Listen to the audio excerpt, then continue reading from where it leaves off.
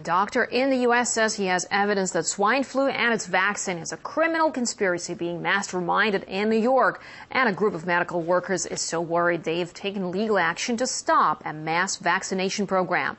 Dr. Len Horowitz told RT's Dina Gosowski he thinks the treatment poses a real danger to the public.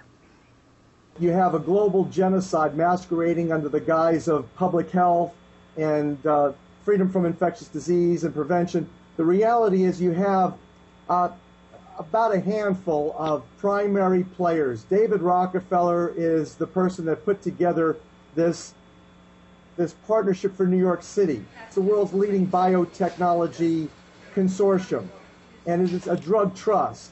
And that the main players in it include Rupert Murdoch, who is co-chairman with David Rockefeller, and Lloyd Blankfein, who is really overseeing Disney, the Weinstein brothers, previously Miramax, and ABC, which has been heavily promoting the flu vaccines. Dr. Oz the other day, America's Doctor, was on ABC promoting everybody should get vaccinated. Well, ABC is owned by the same group of people that are controlling the public's mind.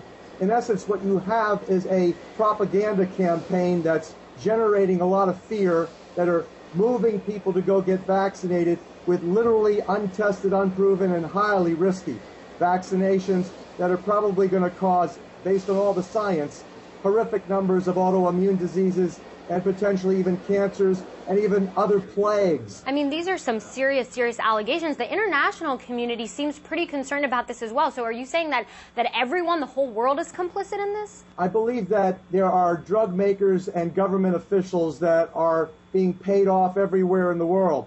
Not every government, however. There's many governments that are saying, hey, we really should take a closer look at this type of thing. Unfortunately, those governments in the Western world are demonized. Well, you say that you're sending these documents to the FBI. I mean, what kind of response are you hoping to get from them? Well, my prayer is that governments worldwide cease and desist. The response also that we've been getting is exactly what we would like to get. That is, this issue be brought before courts of law everywhere. In the United States, in the western part, in Washington State, it was recently awarded the grant for the freedom of choice as to whether we as healthcare professionals get injected, infected, and intoxicated.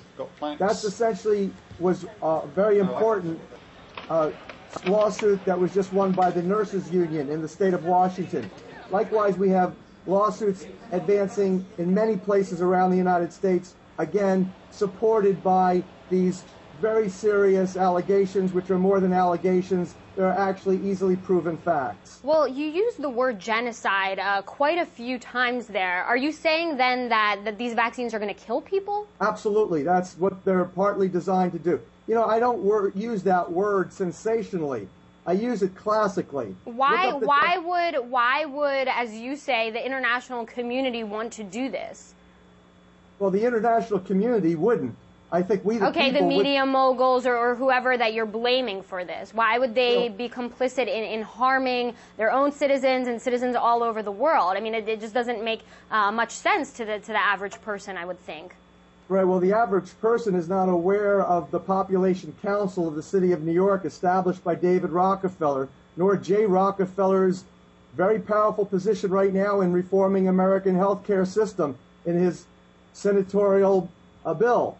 The reality is that people are not aware that the same people that control our government officials, the number one most powerful lobby on Capitol Hill, don't forget, is not the banking industry, it's not the insurance industry, it's not even the petroleum industry, it's the pharmaceutical industry.